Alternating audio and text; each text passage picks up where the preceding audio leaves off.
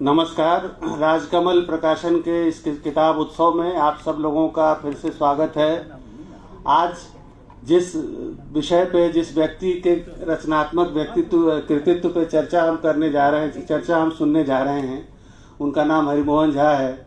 हरिमोहन झा मैथिली खट्टर काका, मैथिली के बड़े लेखकों में शुमार किए जाते हैं, लेकिन मैं गैर मैथिली होने के कारण मैं ये जानता हूँ कि हम लोगों का, मेरे जैसे लोगों का, या जो लोग और दूसरी भाषाओं के हैं, उनको मैथिली से जोड़ने का काम जिस लेखक की जिस लेखक ने किया और उनकी जिस कृति ने किया, वो हरिमोहन झा थे और उनकी कृति का नाम है खट्टर काका।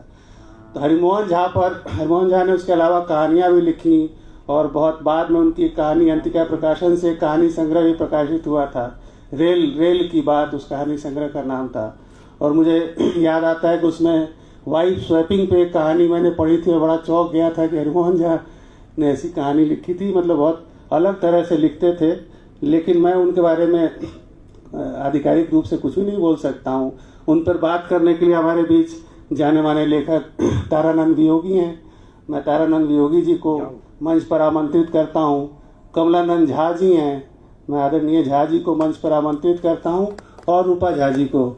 ये सब लोग मैथिली और उसकी परंपरा के जाने माने लोग हैं। और आज हरिमोहन झा और उनकी रचनात्मकता पर एक अच्छी बातचीत सुनने को मिलेगी।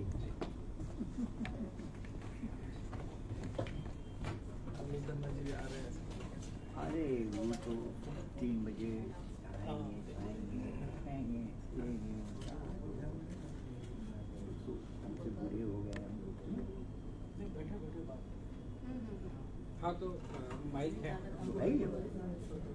हैंड माइक है। मुझे मैं मंच कमलानंद झा जी को सौंपता हूँ कि वो इस बातचीत की शुरुआत करें। फिर उस बातचीत से तारानंद वियोगी जी और रूपा झा जी जुड़ते जाएंगे। हाँ, ठीक, आप शुरुआत करें, फिर हम लोग को आप वहीं से बोलिए। वहीं से सुविधा होगी इनको। आप आए।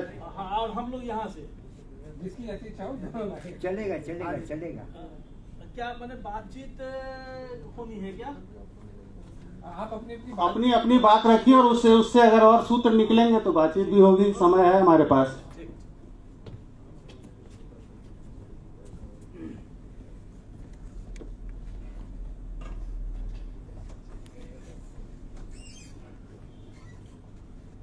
मंच पर उपस्थित हिंदी और मैथिली के विद्वान तारानंद वियोगी जी,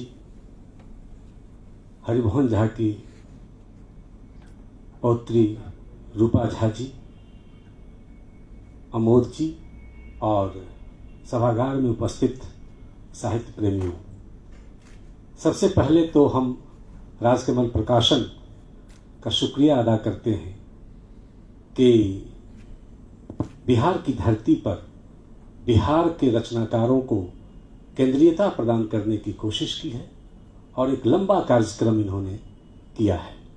इसके लिए मैं अमोद जी को और पूरे राजकमल प्रकाशन को बहुत बहुत धन्यवाद देता हूँ। आज जिस रचनाकार पर बात हो रही है, मैं आपको बताऊं कि विगत 30 वर्षों से मैं उस लेखक को जी रहा हूं, पढ़ रहा हूं, और आपको पूरे विश्वास के साथ कहूं कि मेरी चेतना की निर्मिति में हरिमोहन झा जिन चंद कुछ 2-3 लेखकों का बड़ा योगदान है, उसमें हरिमोहन झा रहे हैं। बड़ा लेखक मैं उन्हें ही मानता हूं। लेखक बहुत होते हैं। जो व्यक्ति, जो लेखक सोच में तोड़फोड़ करे, जो आपके बेचैन करे, आज तक जो आप सोच समझ रहे हैं उसको हिलाए डुलाए, वो रचनाकार बड़ा होता है, और उसमें हरिमोहन झा एक है। अब पता नहीं वियोगी सर, मुझे लगता है कि यकीन करेंगे, मेरा मानना है कि मैथिली आलोचना में हरिमोहन झा को समझने में भूल की। सबसे बड़ी भूल तो यह हुई कि उन्हें हास्य सम्राट कह दिया, जबकि हम सभी लोग जानते हैं कि हास्य रचनाकार दोयम दर्जे का होता है। वाल्मीकि, कालिदास से लेकर के भवभूति और शेक्सपियर तक देखें, ये सारे करुणा के रचनाकार हैं। और मैं आपको बताऊं कि हरिमोहन झा मूल रूप से करुणा के रचनाकार हैं। बुच्ची दाई की पीड़ा को देख करके आचार्य जगन्नाथ में सिद्धांत की बात नहीं करूंगा, आचार्य जगन्नाथ ने कहा है हास्य के बारे में कि वाणी और अभिनय से, चाल ढाल से जो हास्य उत्पन्न करे और व्यक्ति का मन खिल जाए, वही हास्य है। मुझे आश्चर्य लगता है कि जो उनकी प्रतिनिधि रचनाएं हैं, जो उनकी कहानियां हैं, बुच्ची दाई की पीड़ा, कन्या जीवन की कन्या, 5 पत्र, इसको देख करके स्वस्थ व्यक्ति का मन तो खिल नहीं सकता है। और हास्य है, मुझे लगता है कि वो हास्य उपादान है, उनके कहने की शैली है, वो मूल नहीं है।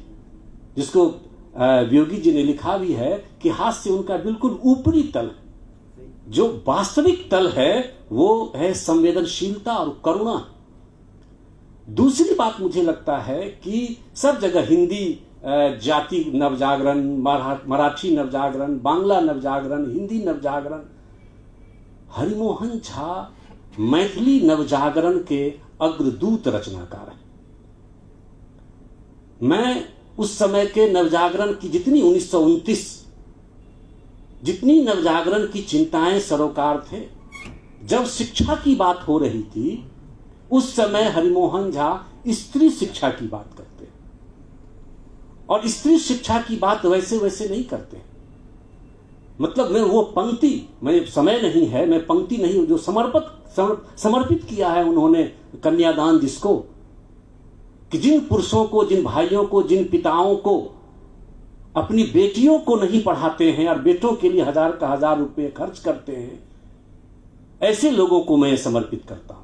वो पंक्तियां आपको उस दौर के किसी भी नवजागरणवादियों को इतनी स्पष्टता के साथ आपको नहीं मिलेगी।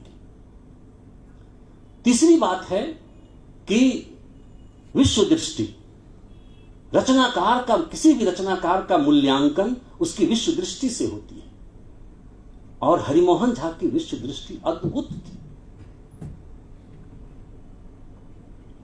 1943 में सिमेन दी बुआ की किताब आती है, द सेकेंड सेक्स, फ्रेंच भाषा में पहले वो छपती है। श्रृंखला की कड़ियां भी उसी के आसपास में 40, 42, 43 के बीच में आती है। लेकिन उससे पहले हरिमोहन झा का द्विरागमन आता है, और जिस द्विरागमन में वो सारी स्थापनाएं हैं कथात्मक रूप में जो सिमेन दी बुआ ने कहा था। सिमेन दी बुआ की किताब निश्चित रूप से बड़ी है, सैद्धांतिक किताबें हैं, लेकिन मूल बात जो है, जैसे औरतें बनाई जाती हैं, मादा पैदा होती हैं, औरतें शरीर से कमजोर नहीं होती हैं, उसे कमजोर बनाया जाता है। आप इस तरह की पंक्तियां हैं, मैं लोभ संवरण नहीं कर पा रहा हूं क्योंकि यहां सिमेन दी बुआ, या जो ऑनलाइन जो सुन रहे हैं उनको सिमेन दी बुआ जरूर रूप से कुछ पढ़ा ही होगा, लेकिन हरिमोहन झा को नहीं पढ़ा होगा। मैं वो पंक्तियां आपको सुनाता हूं जो द्विरागमन में है। अब देखिए, उससे मिलाइए आप उनकी मूल स्थापनाओं से। जो स्त्री को अबला और आत्मरक्षा में असमर्थ मानते हैं, उन्हें लक्ष्मीबाई, अहिल्याबाई जैसी वीरांगनाओं का नाम नहीं भूलना चाहिए। समय को याद कीजिए, कब कह रहे हैं। आत्मरक्षा शक्ति और साहस से होती है, और वह जीवन संघर्ष में पड़ने पर आती है।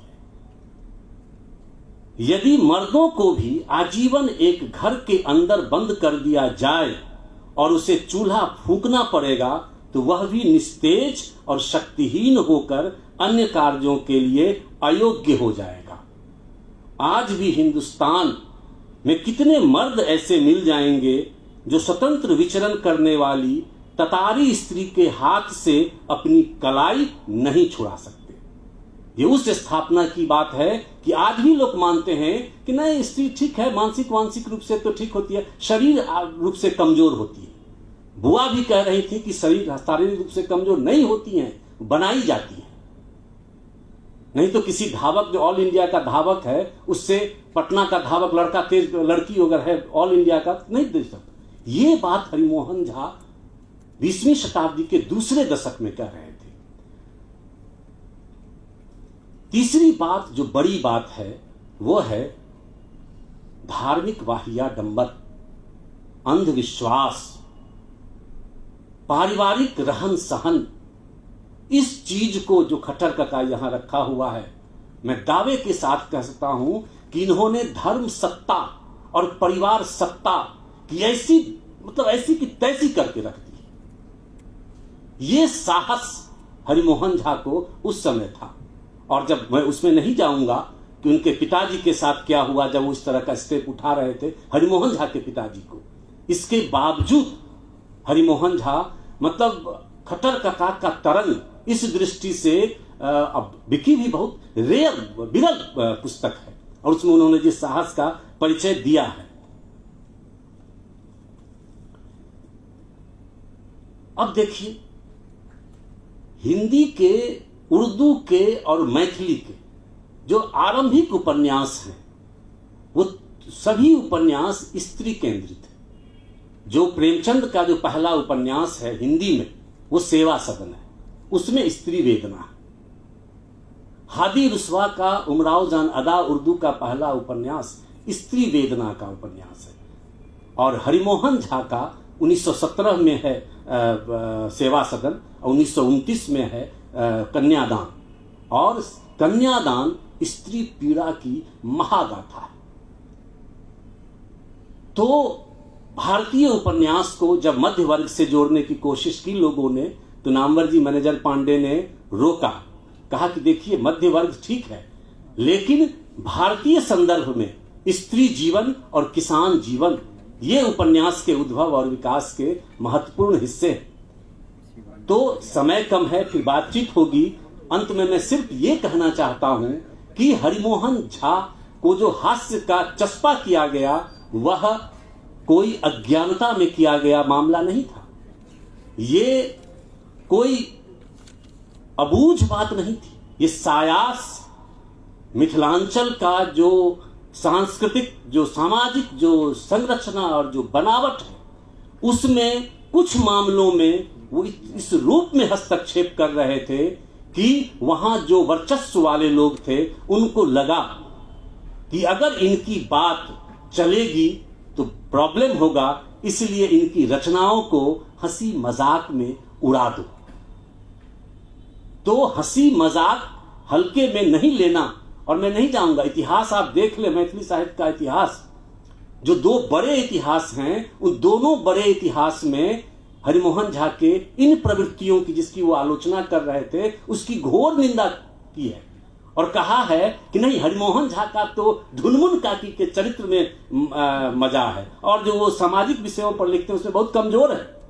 मतलब आश्चर्य है, जो उनका शिल्प था कि लोगों को पढ़ने में रुचि लगे, वो आलोचकों को प्रधान लगा, लेकिन जो स्त्री शिक्षा की बात कर रहे थे, बुच्ची दाई बनाने की प्रक्रिया पर बात कर रहे थे, वो उनको महत्वपूर्ण नहीं लग रहा था। तो इस दृष्टि से हरिमोहन झा बहुत ही, मैं उनको मैथिली का रचनाकार नहीं मानता हूं, वो आरंभिक भारतीय भाषा के नवजागरण के अग्रदूत लेखक थे। अब योगी जी चूंकि यहाँ बैठे हुए हैं, हरिमोहन झा के विशेषज्ञ हैं, मैं उतना नहीं जानता हूं, इस चीज को और आगे बढ़ाएंगे। मैं गलत कह रहा हूं या सही कह रहा हूं? शुक्रिया। बहुत सारगर्भित हरिमोहन झा की रचनाओं को लेकर कन्यादान और द्विरागमन किताबों के बहाने बहुत सारगर्भित और एक तरह से कहते हैं पॉइंट ऑफ व्यू बदलने वाला व्याख्यान दिया कमलानंद झा जी ने। अब मैं बिना किसी भूमिका के रूपा झा जी को आमंत्रित करता हूं कि हरिमोहन झा जी की रचनात्मकता पर कुछ बात करें।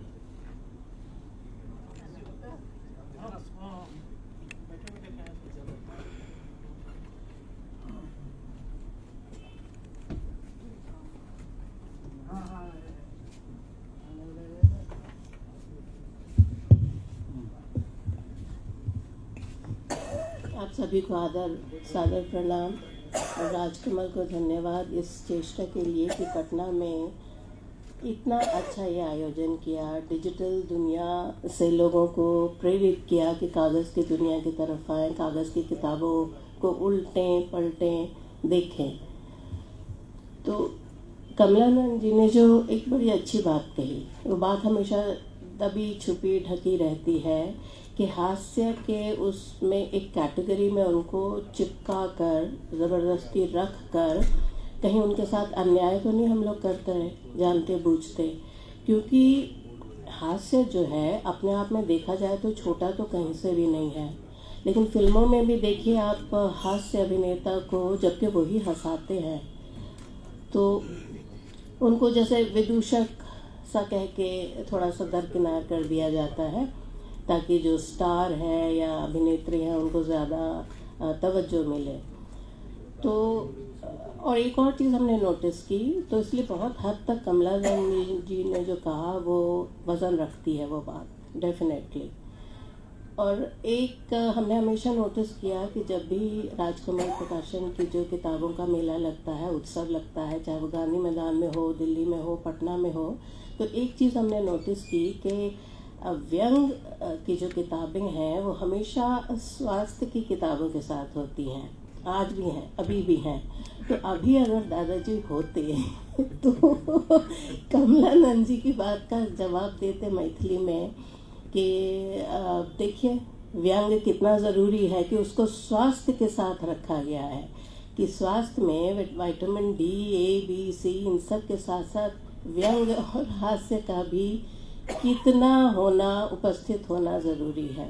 और सच भी है ये, भले ये संयोग होगा जो होगा कि व्यंग को स्वास्थ्य के साथ हमेशा रखा गया, ठीक कह रहे हैं ना हम हमने कई बार नोटिस किया और सबसे पहले दिमाग में यही बात आई कि स्वास्थ्य और व्यंग कहीं ना कहीं सच में मेल खाता है, क्योंकि व्यंग में थोड़ा हास्य है, चुटीलापन है, तो वो जो है वो आपकी नर्व्स को झकझोर रहा है, झंझोड़ रहा है, तो वो स्वास्थ्य के लिए तो अच्छा ही है। तो ये बात हमें बड़ी मज़ेदार लगती है राजकमल के हर मेले में कि व्यंग हमेशा स्वास्थ्य के बगल में रहता है, किताब दर किताब। और दादाजी के लेखन पे बात करने के लिए तो आप लोग एक से एक विद्वान हैं यहाँ, हम तो हमारे लिए वो बस दादाजी थे। और अभी हम सड़क पे, बाज़ार में, शहरों में, दिल्ली में और सबसे तो ज़्यादा नॉन मैथिल लोगों में जब देखते हैं दादाजी के प्रति उत्साह और प्यार, तो हमको विश्वास नहीं होता है कि हम इसी घर के हैं क्या। एकदम लगता है जैसे हम किसी और सेलिब्रिटी की बात सुन रहे हैं। जैसे पटना में रहने वालों ने नोटिस किया होगा कि दीवारों पर वो मिथिला पेंटिंग और मधुबनी पेंटिंग ये सब हो रही है। तो रानी घाट जहाँ पे से दादाजी रिटायर हुए प्रोफेसर क्वार्टर से, वहाँ से हम गुजर रहे थे तो देखा एक महिला है वो अपने सब कलाकारों को मैथिली में निर्देश दे रही हैं। तो हम देखते रहे, पूरा वीडियो बनाया, उसके बाद हमने मैथिली में उन महिला से कुछ कहा तो वो एकदम उनका तो ब्रश रुक गया और वो बात करने लगी हमसे और बोली कि हूँ मैथिल छी। तो हम कहिए हाँ, तो अपन परिचय दियो, तो बताया हमने।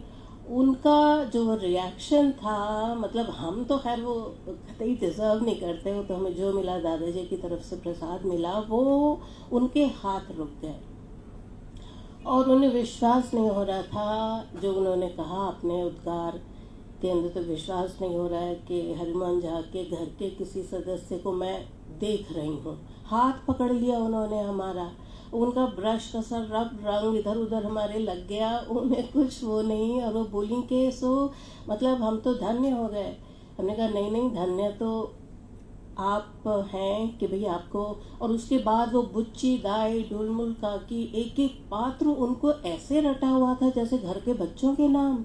हमने उनका वीडियो बनाया हुआ है कि वो बोली कि एखनो मतलब अभी भी जब हम समस्तीपुर से पटना आते हैं तो रास्ते में आपका गांव पड़ता है, तो हम अपन बच्चा सबके कही छी देखियो यह छै हुनकर गांव, हम डेरा नहीं चिन्है छी, पर यह छै हुनकर गांव, हरिमोहन झा के गांव। और फिर उसके बाद बाजितपुर से पटना तक दादाजी पर ही वो व्याख्यान देती आती हैं अपने बच्चों को।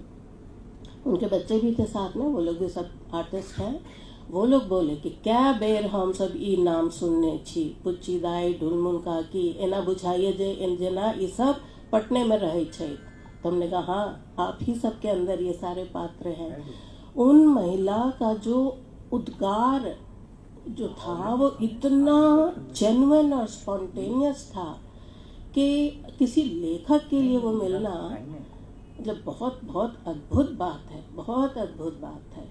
स्टार्स को और नेताओं के पीछे तो लोग भागते ही हैं, लेकिन लेखक के मरने के इतने दिनों बाद भी कोई उनको याद रखे। और वो एकदम साधारण लोग, गांव की महिलाएं थीं और पेंटिंग कर रही थी, मिथिला आर्ट। तो वो देख के तो लगा कि इससे बड़ा अवार्ड कोई नहीं है किसी लेखक के लिए। तो हम दादाजी की एज अ पोती कुछ एक बातें आपके साथ शेयर करते हैं जो शायद अपने कहानियों में नहीं पढ़ी होंगी। दादाजी को वृत्तांत सुनने का बहुत शौक था। हम दिल्ली से आते तो पूरा ट्रेन का एक एक घटना वो जानना चाहते थे। तुम लोगों ने कहाँ खाया, क्या खाया, तो बहुत ध्यान से सुनते थे। और जो हमारी चिट्ठी सब भी पढ़ते थे तो हमेशा एक ही आशीर्वाद हमको देते थे, शिवानी बनो। अब शिवानी का शौ भी नहीं आया हमें, वो बात अलग है, लेकिन हमेशा यही आशीर्वाद देते थे, शिवानी बनो।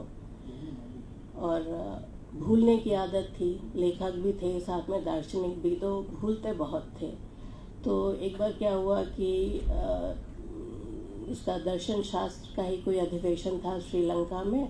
तो कलकत्ता से ट्रेन बदलनी थी इनको, तो वेटिंग रूम में थे। तो उन्होंने कहा दादी जी से कि अब जल्दी से आप फ्रेश होके आइए, अगली ट्रेन पकड़नी है, लेकिन जल्दी आइएगा, बहुत लोग को नहाना है। उसके बाद गई दादी जी। थोड़ी देर बाद वो जाके एक महिला को डांटने लगे, कते कबेर कह दिए यहाँ, कतेक लोग सब छे, सब के न जाए छे बाथरूम। पता चला वो कोई और थी, पीछे से कोई अनिरुद्ध बाबू थे। वो बोले, सुनिए झा जी, ई अहाँ पत्नी नहीं छे। किसी और को जाके वो डांट आए कि कितनी देर आपने नहाने में लगाई है। शायद जानते होंगे ये बात। तो मशहूर है सच। वो किसी और को जाके डांटा है।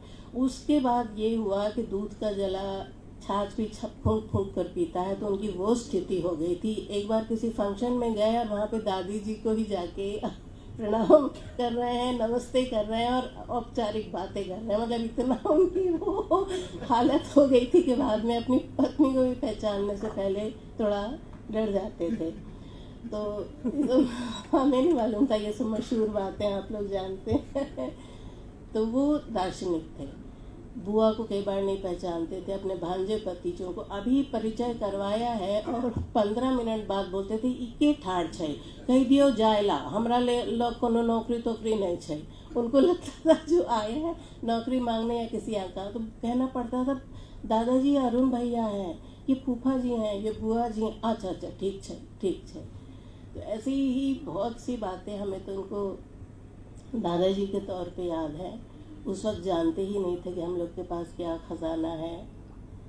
कोई विजुअल दिमाग में है कि वो मुसल्लपुर हाट से रिक्शे में आए हैं कॉलेज के बाद, और वो गन्ना ऊख वो अपना लिए हुए चले आ रहे हैं।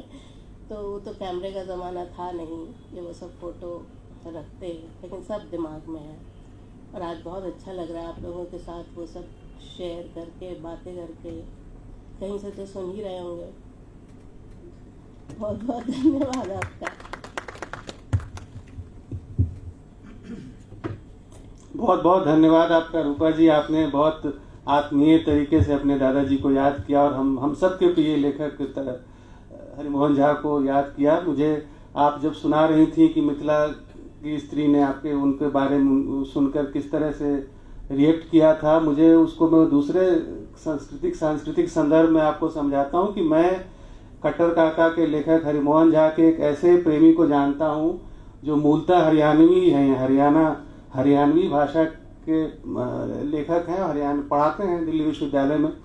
और उनका एक शगल है, वो हर नए आदमी को जो नहीं जानता है हरिमोहन झा को या हिंदी पढ़ने में रुचि जिसको वो दिलवाना चाहते हैं, उसको वो खट्टर काका भेंट करते हैं, कहते हैं कि इस किताब को पढ़ोगे तो हिंदी पढ़ने लगोगे। और जब कमलानंद जी जब कह रहे थे कि उनको हास्य सम्राट कहकर मैथिली साहित्य में खारिज करने की कोशिश की गई, तो मुझे बड़ा आश्चर्य हुआ, क्योंकि हिंदी मैथिली भाषा के बाहर उनको कहीं से भी कोई हीनतर लेखक, कमतर लेखक नहीं समझा जाता था। उनको हमेशा एक श्रेष्ठ व्यंग्य लेखक के रूप में समझा गया, और मैंने इसीलिए अपने उस दोस्त का हवाला दिया, और वो हमेशा उनको अपने हरियाणवी भाषा के जो सबसे बड़े जातीय लेखक कवि जो लक्ष्मी चंद जी हैं, जिनकी बानियाँ बहुत मशहूर हैं वहाँ, जैसे मैथिली भाषा को हम लोग खट्टर हरिमोहन झा के नाम से जानते हैं, उसी तरह से हरियाणवी भाषा को लक्ष्मीचंद जी के नाम से जाना जाता है।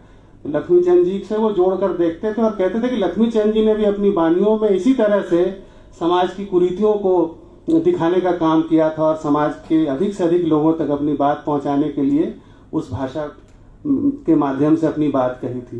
तो बहुत अच्छा लगा, और मैं बिना अधिक समय लिए आप लोगों का तारानंद योगी जी को आमंत्रित करता हूं, जिनको हम सब सुनने के लिए आतुर हैं।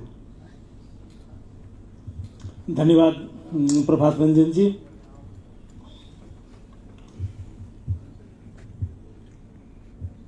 बहुत अच्छा रूपा बता रही थी। मैं अपने परिवार के बारे में बताऊं कि अपने खानदान में 7वीं पास करने वाला मैं पहला बच्चा था, मैट्रिक पास करने वाला भी पहला था, और पीएचडी करने वाला भी पहला था। स्वाभाविक है। लेकिन आपको आश्चर्य लगेगा कि मेरे पिताजी खट्टर काका को जानते थे, और वो भोल बाबा को भी जानते थे। भोल बाबा को आमतौर पर हिंदी के पाठक इसलिए नहीं जानते हैं कि खट्टर काका तो हिंदी में अनुदित है, मगर भोल बाबा की बातें अनुदित नहीं है। वो उसके लिए आपको मैथिली पढ़नी पड़ेगी।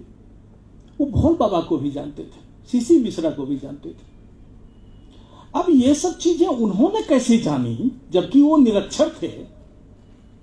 तो ये बड़ा आपको चकित होना पड़ेगा कि एक ऐसा लेखक जिसके बारे में जिसकी लिखी हुई की जानकारी रखने के लिए अक्षर ज्ञान तक की जरूरत न रह गई हो,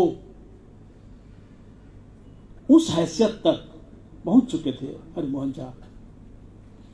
और हम लोग उस भाग्यशाली पीढ़ी में से आते हैं जिन्होंने हरिमोहन झा को अपनी आंखों से देखा है, उनसे बात की है। उसी दौर में जिसका जिक्र रूपा ने किया, कुछ चीजें तो उनमें कलाकारी के तौर पर भी थी, और वो बचपन से ही थी। वो एक ऐसे महान पिता के पुत्र थे, सुयोग्य पुत्र थे,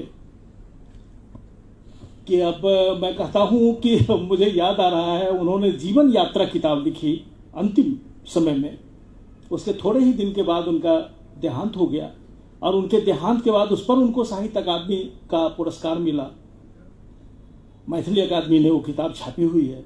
जीवन यात्रा में उन्होंने उसका जिक्र किया है कि 8 वर्ष की उम्र में जब ये थे तो पिता पुत्र की ट्यूनिंग कैसी थी, आप ये थोड़ा गौर करें। और वो जो इनके जो पिता थे जनार्दन झा जनसीदन, वो महावीर प्रसाद द्विवेदी के मित्र और क्या कहें सहकर्मी के थे तौर पर काम करते थे। दोनों के बीच में जो पत्राचार है वो पत्राचार छपा हुआ है, और मेरा ख्याल है कि 200 के करीब दोनों के पत्र हैं जो महावीर प्रसाद द्विवेदी और जनसीदन जी के बीच पत्राचार होते थे। और वो द्विवेदी जी गंभीर विषयों पर उनसे विचार विमर्श किया करते थे। तो खैर 8 वर्ष के थे हरिमोहन झा, तो इनके पिता ने कहा कि हरिमोहन खेलत फिरत क्यों न लगावत तेल। तो हरिमोहन ने जवाब दिया उस 8 वर्ष के बच्चे ने कि अभी खेल से मेल है, नहीं तेल से मेल। ये उन्होंने याद किया है अपनी जीवन यात्रा में, लिखा तो पिता के साथ जो उनकी ट्यूनिंग थी उसका वर्णन करते हुए। तो मैं कह रहा था कि कुछ कलाकारियां तो उनके साथ थी बनी हुई। अब जैसे एक बार वो यूनिवर्सिटी में बैठे हुए थे, और उनके एक बगल के विभाग के विभागाध्यक्ष पांडे जी, शायद राम खिलावन पांडे, ने उनसे पूछा कि झा जी, सो मजाक में पूछा, मतलब अपने जानते उन्होंने बहुत जबरदस्त मजाक किया कि झाजी और पाजी में कितना अंतर होता है, मतलब बहुत ज्यादा अंतर नहीं होता होगा, ये मतलब लगाया। और हरिमोहन झा ने तुरंत एकदम से, मतलब ये बुद्धि का प्रसाद उनको मिला हुआ था तो उन्होंने तुरंत कलाकारी के साथ हाथ से नाप लिया, और दोनों के बीच में कुर्सी जो थी वो एक हाथ की कुर्सी थी, बस का एक हाथ का फर्क होता है। कहा कैसे? कहा मैं झाजी आप पाजी, तो पाजी मतलब पा माने पांडे जी। तो ये एक बार उन्होंने ये कह दिया कि भाई सो दो झा एक साथ नहीं रह सकते। झा जो है, अब देखिए कि हरिमोहन झा एक ऐसे लेखक हैं कि व्यंग लिखते हैं मगर कहानी में, अब कहानी में व्यंग लिखने वाला लेखक भारतीय साहित्य में आपको कोई दूसरा नहीं मिलेगा। अब मैं गंभीर बात कह रहा हूं, व्यंग जो हरिशंकर प्रसाई ने लिखा वो निबंध में लिखा। अब व्यंग, अच्छा हरिमोहन झा की दूसरी आश्चर्यजनक चीज आप ये देखिए कि 21 साल का की उम्र का जब वो नौजवान था तब उसने जीवन में पहला उपन्यास लिखा, कन्यादान, जिसका जिक्र अभी कमलानंद जी कर रहे थे, जो 1929 की बात कर रहे थे। 1908 का उनका जन्म है, 21 साल के थे वो 1929 में। उपन्यास से उन्होंने अपनी यात्रा शुरू की और एक के बाद एक 2 उपन्यास लिखे, और उपन्यास से यात्रा शुरू करके वो कहानियों पर आए, और कहानियों के बाद उन्होंने वार्ताएं लिखी। और खट्टर काका हम लोग जानते हैं, तो खट्टर काका उनका वार्ता साहित्य है। अब आपको ये जानकर और आश्चर्य लगेगा कि ये खट्टर काका जो किताब छपी ना मैथिली में, खट्टर काका तरंग, ये 1948 में छपी, और राजकमल से इसका जो पहला हिंदी संस्करण आया वो 1971 में आया। यानी कि 1948 से 1971 तक वो उनके साथ बने रहे, खट्टर काका के साथ। और उनके पिता, अब वो उन्होंने वो जो काम कर रहे थे वो प्रेमचंद और शरतचंद्र की परंपरा में नहीं आते थे, आप उनको नहीं ला सकते हैं। उनकी कहानियां आप देखेंगे तो प्रेमचंद और शरतचंद्र की परंपरा में वो नहीं आते हैं, जबकि स्त्री उनका मुख्य विषय है। वो बंकिम चंद्र और महात्मा फूले की परंपरा के। अब एक ब्राह्मण होकर ब्राह्मणवाद को विनष्ट कर देने का जो आक्रोश है, उस आक्रोश से बड़ा हुआ आदमी, तो उस चीज से उनकी रचनाशीलता सो पूरी भरी पूरी है। तो इस तरह से हरिमोहन झा की जो किताबें हैं, तो शुरू में उन्होंने मतलब 3 अलग अलग फेज में हम लोग हरिमोहन झा के पूरे साहित्य को समझ सकते हैं। एक तो शुरू में उन्होंने 2 उपन्यास लिखे, कन्यादान और द्विरागमन। द्विरागमन का जो समर्पण का पृष्ठ था वो कमलानंद जी अभी सुना रहे थे, तो आप समझ सकते हैं कि बहुत छोटी सी उम्र में कितनी विषय वस्तु की कितना गहरा अवबोध उनके भीतर में आ चुका था। उसके बाद प्रणम्य देवता उनकी किताब आती है 1945 में, और 48 में खट्टर काका आते हैं। ये मुख्य जो फेज है उनकी रचनाशीलता का। आप देखेंगे कि हास्यावतार के चौखट में जो उनको लोगों ने रखा, अब मैथिलों का एक विचित्र स्वभाव देख लें, वो पूरे मतलब संस्कार का स्वभाव है। हरिमोहन झा ऐसा क्यों हो सके? वो पूरे, जैसे हरिमोहन झा को मैथिल क्या समझते थे, इसके लिए मैं एक उदाहरण आपको देना चाहूंगा। पहले आलोचना भी काव्य में लिखी जाती थी, आपको शायद पता हो। संस्कृत के जमाने में तो लिखी ही जाती थी वो श्लोक में, रीति काल में भी, और उसके बाद भी, और मैथिली में तो 20वीं शताब्दी के शुरू में भी। और 1946 में नागार्जुन का पहला उपन्यास पारो छपा, तो पारो छपने के बाद उस पर 2 पंक्ति की समीक्षा छपी मिथिला मिहिर में। मिथिला मिहिर महाराज दरभंगा का मुखपत्र था, दरभंगा से छपता था। तो उसमें छपा कि स्वच्छंद प्रोफेसर पहिनई मैथिलीक दंतावली तोड़ देल आ संप्रति पारो कपारो फोड़ देल। मतलब अब तो पारो न आकर जो है वो स्वच्छंद प्रोफेसर, एक तो देखिए कि स्वच्छंद प्रोफेसर कहा, हरिमोहन झा के लिए शब्द का उसने प्रयोग किया, और उसने ये कहा कि वो तो कपार फोड़ दिया पारो ने आकर, यानी कि अब मैथिली की मृत्यु के तौर पर उसको याद किया लोगों ने, आलोचकों ने। पारो के प्रकाशन को मैथिली की मृत्यु के तौर पर ये किया गया। तो मतलब कि हास्य माने हंसी मजाक में उसको उड़ा देने वाली बात नहीं है। वो इतना दुर्भाग्यपूर्ण है। मैथिल देखिए कहाँ थे कि वो जो अपने बेटी के जीवन में जहर घोल रहे हैं, जो निर्माण कर रहे हैं बुच्ची दाई का, वो बुच्ची दाई की शादी में वो साथ भी रहे हैं। मतलब वो बेटी की बिदागरी के समय में जो चीजें उसके साथ की जाती है ना, तो आप देखेंगे कि मिथिला में बहुत दिन तक पुराने लोग जो मिथिला से जुड़े हुए होंगे उनको पता होगा कि बेटी के दुरागमन में जो चीजें सब जाती थी उसमें कन्यादान दुरागमन किताब भी होती थी। अब ये सांस्कृतिक परंपरा है मैथिलों की, उसमें वो माने कन्यादान और दुरागमन जिन्होंने उनके जीवन में जहर घोला है, बोया है, अब वो किताब भी उसको दे रहा है। तो अब ये जो विरोधाभास है ये मैथिल के जीवन का, यह हरिमोहन झा में क्यों नहीं था? तो ये देखना पड़ेगा। ये देखिए कि जिसको हम लोग मिथिला की संस्कृति कहते हैं या मैथिल संस्कृति कहते हैं, वो विदेह की संस्कृति है, जबकि हरिमोहन झा की जो संस्कृति थी वो विदेह और लिच्छवी, ये दोनों के संस्कृति का संयुक्त था। और ये चीज हम दूसरे जिस कवि में देखते हैं मैथिली में, वो नागार्जुन थे। नागार्जुन के नाना का साइड अब जैसे ही आप देखिए कि ये बाजितपुर वैशाली जिले में, और ये लोग रहने वाले जो थे आदि बासिंदा जो थे, ये लोग कहीं दरभंगा मधुबनी के थे। और ये कहते हैं, हरिमोहन झा ने लिखा भी अपनी आत्मकथा में कि इनके जो मतलब पुरखे थे, वो जो भी कोई पंडित थे, वो उस बाजितपुर होके गुजर रहे थे, वो कुंवर कहलाते थे वो लोग। तो बाजितपुर होके गुजर रहे थे और कोई श्राद्ध कर्म करवा रहा था कोई पंडित, और उनको वो नहीं सुना गया। उन्होंने टोक दिया कि भाई आप ये अशुद्ध क्यों करवा रहे हैं।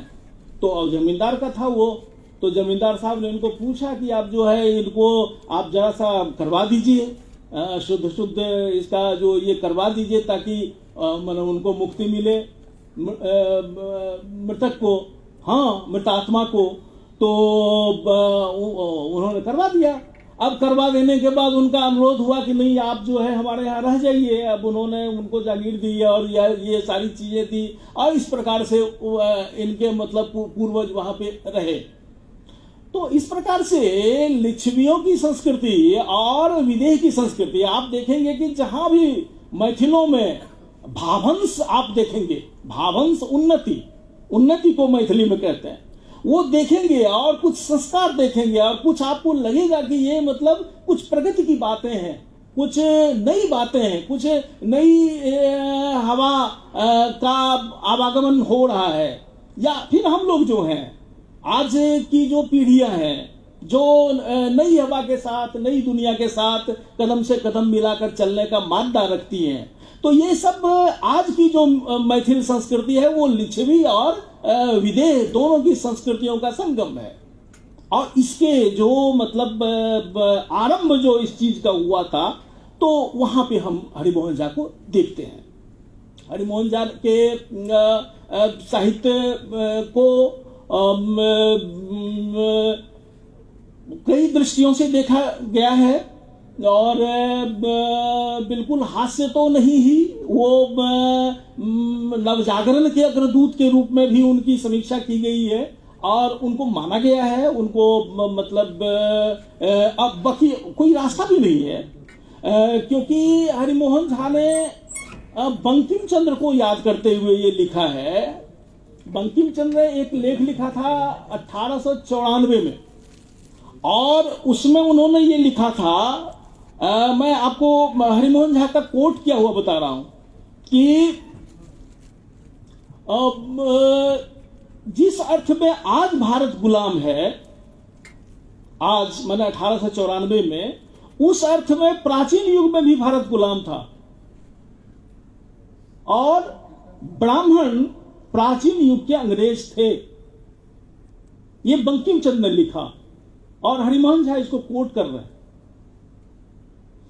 तो चीजें कहां से देखी जाती हैं, जबकि आप देखिएगा कि पूरे हरिमोहन झा के साहित्य में आपको ब्राह्मणेतर वर्ग का कोई पात्र नहीं मिलेगा। वो केवल ब्राह्मण की दुर्दशा उसमें बताई गई है कि एक ब्राह्मणवाद ने खुद ब्राह्मणों की क्या दुर्गति कर दी है। इसको देखने के लिए आपको हरिमोहन झा का साहित्य देखना चाहिए कि वो खुद अपना घर कैसे चलाता है। तो इस तरह से हरिमोहन झा को पढ़ना तो एक नवजागरण का, और वो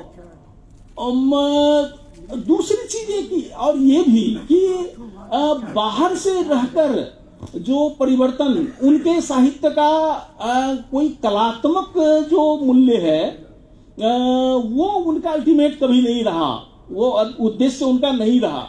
कला के लिए कला उनका उद्देश्य नहीं रहा। उनके पिता भी सामाजिक उद्देश्य के लिए लिखते थे। आपको आश्चर्य लगेगा कि 1862 की पैदाइश थी जमशीदन जी की, और 1951 में तो वो चले गए, और 1951 में जाने के पहले आपको आश्चर्य लगेगा कि ये खट्टर काका भी तब तक प्रकाशित हो चुका था। वो उनके पिताजी जीवित थे उस समय तक। तो उस जमाने तक तो जितनी सारी बातें हुई, तो वो सब कुछ हरिमोहन झा के साहित्य में आता है, और वो सामाजिक सुधार और सामाजिक अभ्युन्नति के घोषित उद्देश्य से साहित्य की रचना उनके पिता भी करते थे, और हरिमोहन झा के साहित्य में भी वो बहुत स्पष्ट रूप से दिखाई पड़ता है। यद्यपि कि इतिहासकार जो मैथिली साहित्य के इतिहासकार रहे हैं, उन्होंने इस बात को तो बहुत खुले मन से स्वीकार किया है कि मैथिली कहानी जो कल तक बाल्यावस्था में थी, हरिमोहन झा के आने से पहले बाल्यावस्था में थी, और वाकई थी, वो आप देखेंगे तो आपको पता चलेगा। उसको हरिमोहन झा ने प्रौढ़ बनाया। तो एक तो मतलब ये कला के रूप में, जबकि वो कला के नहीं थे। वो मैं आपको कह रहा हूं कि वो दोनों चीजें परस्पर विरोधी चीजें कैसे मिलती हैं। जबकि कला के लिए वो कला का काम नहीं कर रहे थे, मगर मैथिली कहानी को बाल्यावस्था से प्रौढ़ उन्होंने बनाया, एक। और दूसरा कि जो साहित्य का मकसद कुछ होना चाहिए, और उस मकसद से उस रचनाशीलता का सामर्थ्य जो कंप्लीट होता है। तो इस बात को कभी वो नहीं भूले। मुझे याद आता है कि जो मैंने अपने जीवन में पहली उनकी कहानी पढ़ी थी, वो था महाभारत का एक क्षेपक। ये 1979 में छपी थी, तब हम लोग पढ़ना लिखना शुरू कर रहे थे, और मेरी भी पहली रचना उसी समय छपी थी मिथिला मिहिर में, और मिथिला मिहिर में ही वो रचना छपी थी। और बाद में जाके पता चला कि वो हरिमोहन झा की इकलौती राजनीतिक रचना थी, राजनीतिक कहानी। और वो राजनीतिक कहानी थी जनता सरकार के ऊपर। जनता सरकार का शासन था, और जनता सरकार किस तरह से चल रही थी, उसमें उन्होंने महाभारत की कहानी पूरी उठा ली थी, और महाभारत से उन्होंने दिखाया था कि क्या क्या अभी वो दृश्य क्या क्या कहाँ पे चल रहा है। तो इस तरह से खट्टर का पढ़ना, वो समझिए कि जो गे जी की कविता है ना कि एक बूंद सहसा उछली, तो वो जो उनकी रचनाशीलता की जो एक बूंद उछली, वो खट्टर का है।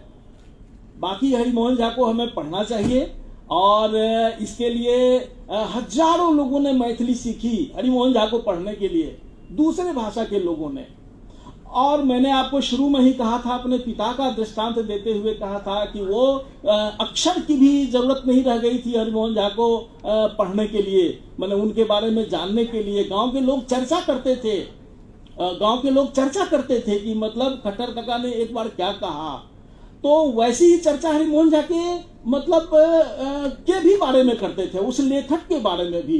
तो एक लेखक जीते जी एक लीजेंड बन गया था और अपनी जनता के लिए वो खुद भी चर्चा का पात्र था और उसके रचित पात्र जो थे वो चर्चा का विषय हुआ करते थे। तो एक ऐसे लेखक जिसने एक भाषा को खड़ा किया, और उस भाषा पर आप गौर करें कि अगर हरिमोहन झा नहीं होते तो इस भाषा में नागार्जुन भी नहीं होते, और तब फिर हम लोगों के होने का कहाँ सवाल था। तो एक भाषा को खड़ा करने का काम एक लेखक ने किया। तो ऐसे लेखक को हम लोग आज याद कर रहे हैं, तो बड़ा अच्छा लगा। और इसके लिए हम लोग राजकमल को और आप सभी मित्रों को जिन्होंने अवसर देकर मुझे सुना, मैं धन्यवाद देता हूँ।